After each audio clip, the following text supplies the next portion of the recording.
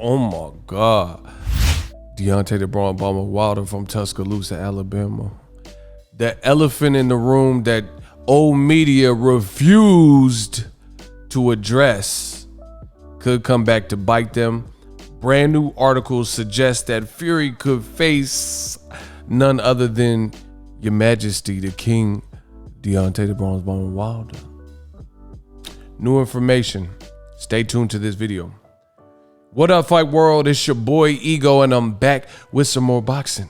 Make sure you smash the like button. Also subscribe to my channel for the latest and greatest in boxing.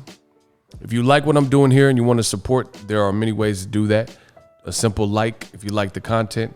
What I will be providing you is up to the minute daily content, live streams, breakdowns, opinions, thoughts. If you like that kind of thing in combat sports, mostly boxing, some UFC, smash the like button. Hit the bell notification icon for post notifications. You can also use the link for TUBEBUDDY, but I'll save that for the rest of this video. Link in the description. You see The Athletic, they have an article that was just updated. It says Fury could face Wilder again as he tires of waiting for a Joshua Sight deal, per Bob Arum. And let's look at this. Smash the like button. The real is back. The realest cat. Says Tyson Fury's promoter Bob Arum told The Athletic on Thursday that the unbeaten WBC heavyweight champion, quote, will not stand for being inactive much longer and is prepared to walk away from fighting Joshua next if a Sight deal in the Middle East is not resolved in short order. Right? Quote, he can't stand to be out of the ring any longer, Arum said. Fury's 32. He's been conditioning in Las Vegas, but hasn't fought since stopping former champion Deontay Wilder February 2020. Arum added, this is not good for a fighter. Right? So the stage is being set.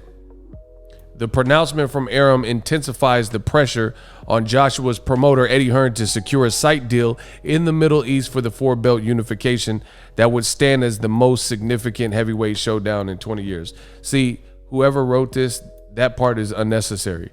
So there's talking about basically the fight being in jeopardy, and then you're saying this is the most significant showdown.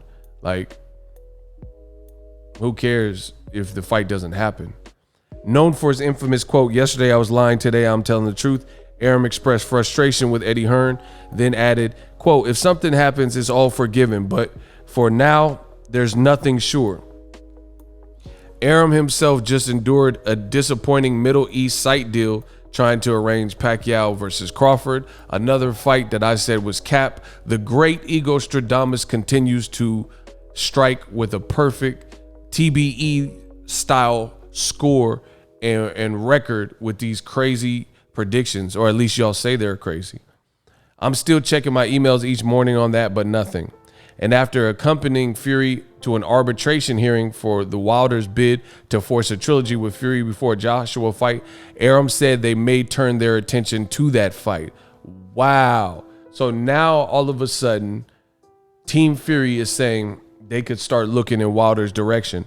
This is after Bob Arum swore up and down that Wilder had no, quote, legal recourse, and he can just be mad if a third fight was not enacted. This is after Tyson Fury tried to bail on Wilder again and try to go fight Joshua or whatever. Now all of a sudden, as the great Ego Stradamus has predicted, Joshua Fury was cap, and it looks like the Wilder fight is something you can't overlook. It's that simple.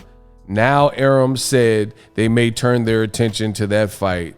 Oh man, it's looking bad for old media. They might have to hang it up. I told you this is going to be the worst year for old media. Wilder's manager Shelly Finkel told The Athletic on Thursday that he has hope the arbitration case will settle within the next 2 weeks. And quiet is kept. There's probably a gag order, but I think they might even be done. I mean, I don't know. They said that Tyson Fury and Bob Arum caught a flight to up my way, and they were in Napa, California, Bay Area, you dig, 707, let's go. And they were meeting with the arbitrator at their home or something. It says, why is Joshua Fury fight being held up? It says, in addition to the site fee being massive, pandemic restrictions remain in place, complicating the effort to finalize an arrangement that will blow by the $60 million site fee that Eddie Hearn secured in Saudi Arabia for Joshua. See, this is all this stuff talking up. I just like, if I were writing this article, all this stuff about like this will blow and surpass the site fee from Joshua Ruiz, but they can't prove it. And Bob Arum is telling you he's tired of waiting. So none of this stuff is here nor there. Like a lot of these sidebar comments in this article, like, I don't know if people are just trying to fill space, but there's a lot of stuff in print and you could just skip over that, right? Who cares about the site fee being compared to Joshua Ruiz if they can't secure it? They can't show proof of funds or whatever is taking so long, man. While Hearn is maintaining optimistic tones about the deal reaching a conclusion, Arum's familiarity with the difficulty of bringing it to a landing is stirring Fury's antsy position. So basically he's saying Bob Arum's angst, impatience is contagious, and Fury, who was already getting impatient and ready to get back into action and doesn't want to be on the shelf. I told you, man, I made videos and talked about it. I think Fury is definitely worried about inactivity, because when I think it was Josh Warrington lost, he mentioned inactivity. He said, it's the pandemic and inactivity, right? And then now his promoter, same type of page. They keep talking about inactivity. But a lot of people have emerged from the global pandemic and had strong performances. The ones that probably didn't necessarily take care of themselves or manage their weight, they're probably having problems. And Fury has had discipline issues and issues and difficulty staying raveled. So he might have unraveled a bit, and that's why, he's anxious to get back in there. It says, what could Fury do instead? The primary option is fighting Wilder for a third time. The primary option. So once again, you have a team who said Wilder has no legal recourse. Nothing he says or does is legally binding and or would create that. Then you have Team Fury by way of Tyson Fury. Tyson Fury made comments to Gareth Davies of the UK, a UK reporter, and he threatened Wilder and says, for the things that Wilder has been saying, you'll never get to fight me. Now the same team that I've told you consistently has put out lies.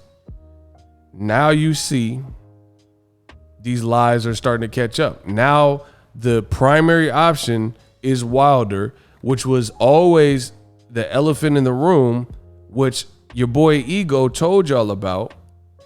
And now people want to address it. Wow. Just give me my flowers. Wilder posted social media footage hitting the mitts, blah, blah, blah.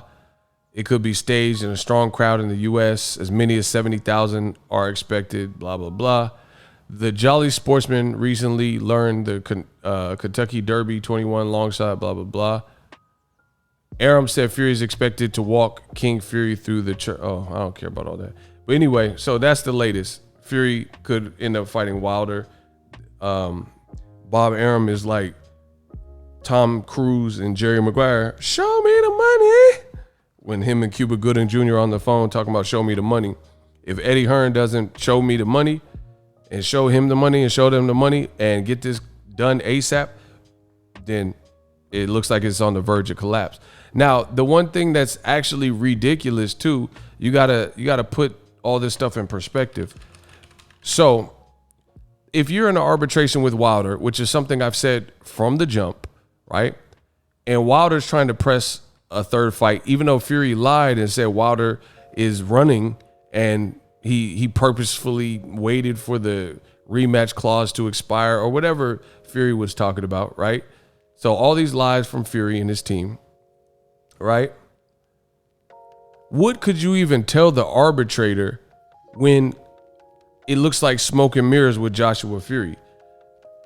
So you're going to say, hey, even though we have a contract where we were supposed to do a 2-fight deal, and there was this global pandemic that changed the whole economy and the landscape and protocols of how live events are done. This was an extremely successful 2 fights that they've had previously. The second fight brought in a lot of money in Vegas. We need a live crowd. Currently, we can't get a live crowd. Both the networks involved are big blockbuster networks, Fox, ESPN.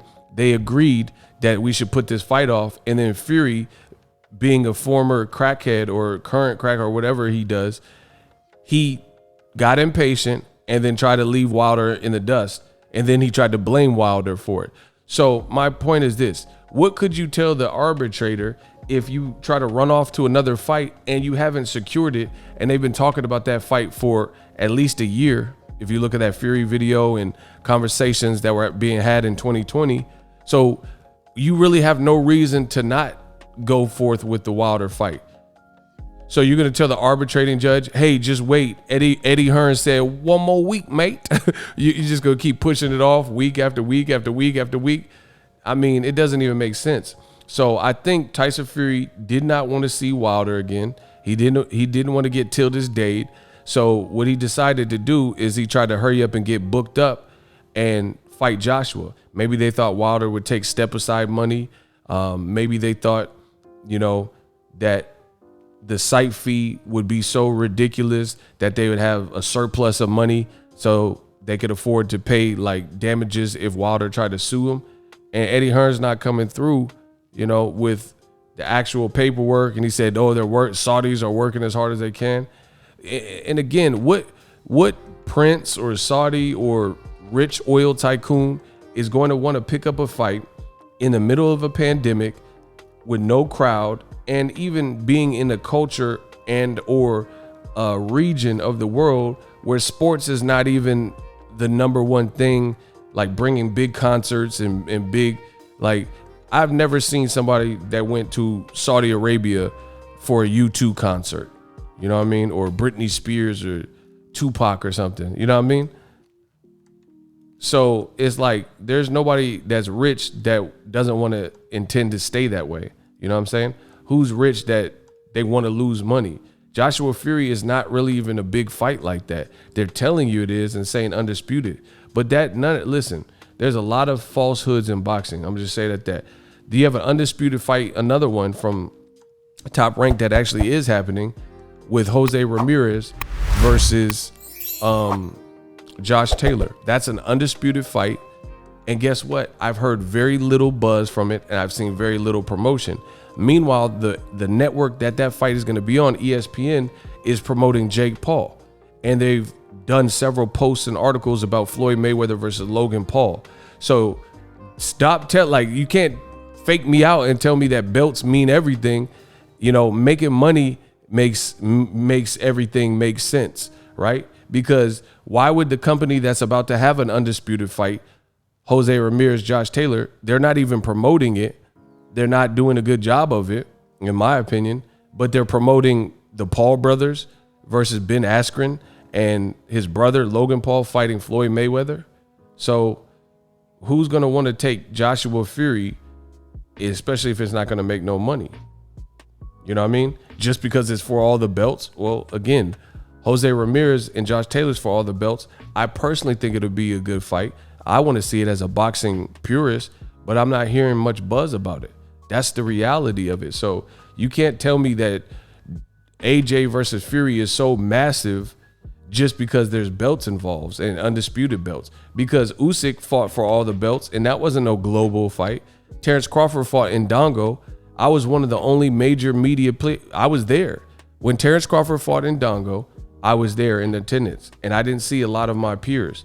A lot of people didn't make the trip to Lincoln, Nebraska like I did. So people have this misconception that it's just in 2021, it's still about the belts. Listen, man made the belts never made the man. You dig what I'm saying? So Fury Tyson is a very doable fight. And look at Wilder's face and his conviction. It will sell The people are telling you that Joshua Fury is the best fight. Stylistically, Fury and Wilder 3 is a better fight, and it got more drama because of the glove gate and the controversies and stuff. In the history, the two have already shared the ring. So you guys could keep saying whatever you want. We'll see in a matter of weeks, maybe a couple more months, what happens. Remember my predictions. Remember what I said, Ego Stradamus. Also, use my link for TubeBuddy. TubeBuddy is an awesome browser extension to help you level up your YouTube content. I use it daily for videos like this. It can help you as well. Consider TubeBuddy by clicking my link in the description. Optimize your YouTube videos. You shouldn't be on YouTube as a creator if you don't want to get seen, you don't want to be heard, you don't want people to see your content. It takes money to make money. Invest in yourself. That's the entrepreneurial spirit. Let's get it. Shout out to Deontay Wilder, and we'll see what happens next. We working. Are you tired of your YouTube videos not getting any views? Well, consider TubeBuddy. I've used TubeBuddy for years to scale up my YouTube channel. Now we're sitting over 200,000 subscribers. TubeBuddy is a browser extension that offers a ton of built-in productivity and time-saving services to take your channel to the next level. Use my link in the description to get started with TubeBuddy and level up your channel faster. We working.